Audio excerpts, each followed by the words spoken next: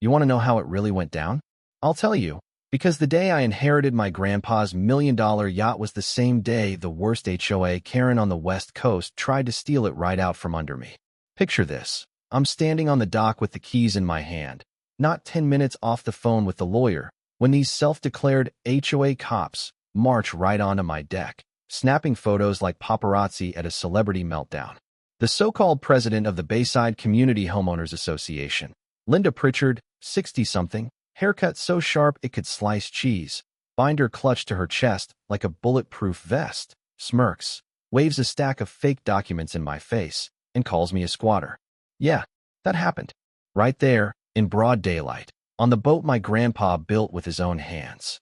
Now, what Linda didn't know, what she couldn't have possibly known, is that she'd just picked a fight with a family full of federal agents. My brother, my cousin, my sister, and me. We don't just play by the rules, we make sure everyone else does too. You can probably guess how well things go for people who try to run a scam on a prosecutor, a cybercrimes analyst, and a federal investigator all at once. But I'm getting ahead of myself. Let me back up a sec. That dock, old, creaky, smelling of salt, and my grandpa's workshop, was home. The Sea Serpent wasn't just a yacht, it was the last project Grandpa ever finished. Custom fittings, polished brass, 6 decades of sweat and skill. And now it was mine. I'm an electrical inspector, so I live in a world of black and white, right and wrong. My grandpa, a Navy vet, was the same way. The man kept every deed, survey, and receipt since the Reagan administration filed away like state secrets, which was good, because I'd need every scrap of it. Before I'd even stepped aboard, I spotted a piece of paper taped to the beautiful teak door. Notice of immediate compliance due. It screamed in big, angry font. The gist? I supposedly owed a dock occupancy tax to the HOA or they'd seize my boat. Signed by Linda P., Vice President, and shoved in a plastic sleeve to look official. Only problem? Grandpa never mentioned an HOA. He picked this patch of water because it was outside the developer's reach. The whole thing reeked of a bad con job. I'd barely processed this when I heard it. Heels clicking on old wood, a voice sharp enough to cut rope. Can I help you? Linda herself, power walking down the dock like she owned the bay. Binder. Smug smile. I introduced myself. New owner, just trying to get my bearings. She gave me that look, the one that says you've already failed her unspoken test. Oh, I know who you are, she said, like it was an accusation. I pulled her notice from my pocket. Seems there's a misunderstanding. My grandpa's property was never part of an HOA. She laughed, that condescending puff of air only people who've never been told no can manage. The rules changed. Everyone pays. You're in violation. Before I could even ask for proof, she nodded over my shoulder. And here come her compliance officers. 2 big guys in navy polos, HOA logos embroidered off-center, one with aviators on a cloudy day, the other wielding a clipboard like a badge. They stomped right past me onto the Sea Serpent, snapping photos, poking around like it was a crime scene. You don't step onto another man's boat. Not ever. My blood went ice cold. Get off my boat, I told them, voice low. Linda smirked. They're authorized. Page 42 of the bylaws. You can request a copy at the next board meeting. Power play, pure and simple. They knew it, I knew it, but I wasn't about to throw fists on my first day as the new owner. So I did what anyone in my family would do. I called backup. My brother, internal affairs, cool as ice. Don't engage. Correspond in writing only. Get their names. Call Tara. Tara's my cousin, Homeland Security Cybercrime Unit. Yeah, she's the tech one. I got names, got them to leave. As they walked away, Linda said, he'll fall in line. They always do. Her voice echoed off the water. But this wasn't about falling in line. This was about Grandpa.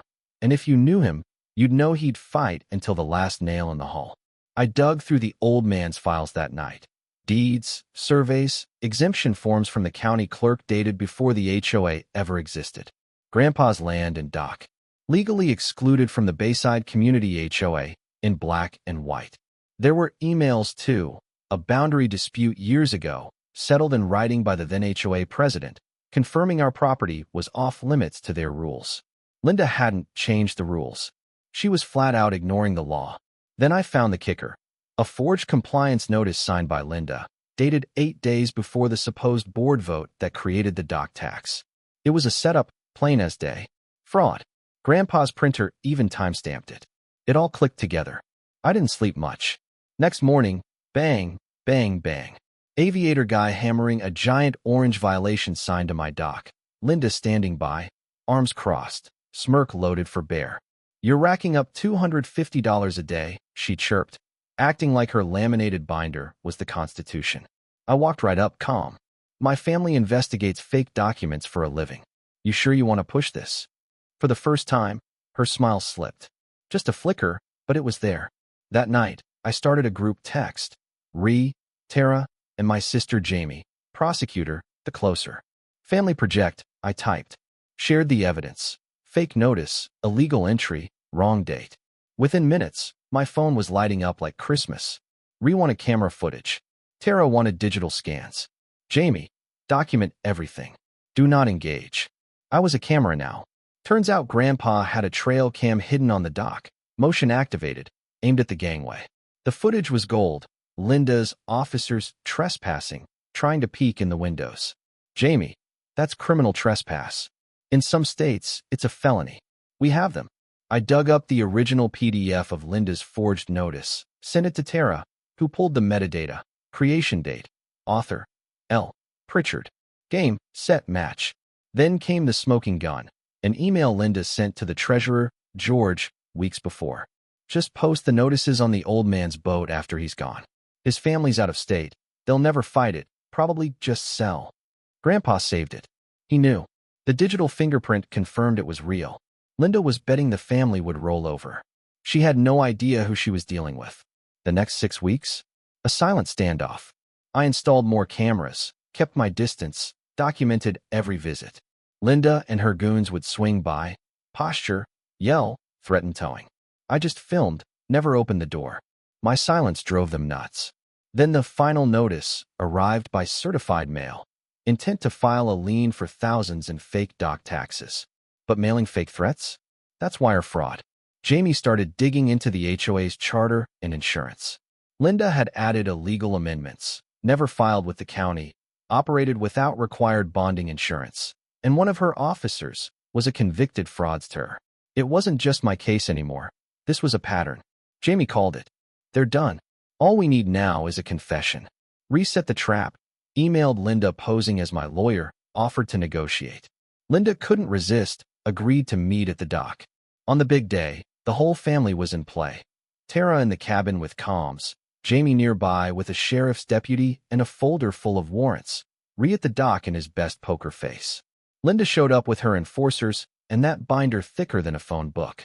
Went gentle, asked about the bylaw, the amendment process, compliance credentials. Linda bragged about not filing amendments, said her team didn't need real authority, that everyone paid or got reported. It was all recorded, every damning word. That's when Jamie walked down the dock, badge out, deputy at her side. Linda's face dropped. The sound of the cuffs? Like thunder after a long, dry summer. Watching them haul Linda away, Mark and Danny suddenly speechless, was almost anticlimactic. No yelling, no fight. Just two lost guys with clipboards, stripped of fake authority. Word spread fast. The treasurer, George, called, voice shaking, asking for advice. Told him, get a lawyer, tell the truth. And then the stories poured in. Arthur, a neighbor, paid $6,000 for a roof assessment after threats. Another woman lost her fishing rods after a suspicious safety inspection. The worst? An 84-year-old widow, threatened with foreclosure because her grass was half an inch too tall. Linda wasn't just power-hungry. She preyed on the weak. We took it all. Every story, every receipt, every email. And Jamie filed for a county audit. The verdict, the HOA's authority was legally void. Every fee and fine for 3 years was illegal. The board was dissolved. The illegal money ordered repaid. Linda's mugshot hit the local news. Her trademark smirk replaced by blank defeat. Arthur got his $6,000 back, check delivered by hand. The community, finally free, voted to dissolve the HOA and create a volunteer committee instead. No more presidents, no more vice anything. People started helping each other. I wired new LED dock lights, installed a public AED, fixed neighbors' electrical panels for free. The yacht became a hub, a symbol of what happens when you push back, when you fight for what's right. One evening, Tara brought a county check, restitution for Arthur. Watching him tear up on his porch, I realized it wasn't about the money, not really. It was about dignity, about proving the bullies can lose. Linda thought power was a binder and a threat. But here's the truth. People who really know the law, who actually respect the rules, they don't bluff. They build their case, let the facts pile up, and let gravity do the rest. In the end, you can't run a kingdom on lies. You can't vote against gravity. So what do you think? Was justice served? Or does it just take a new kind of community to keep people honest?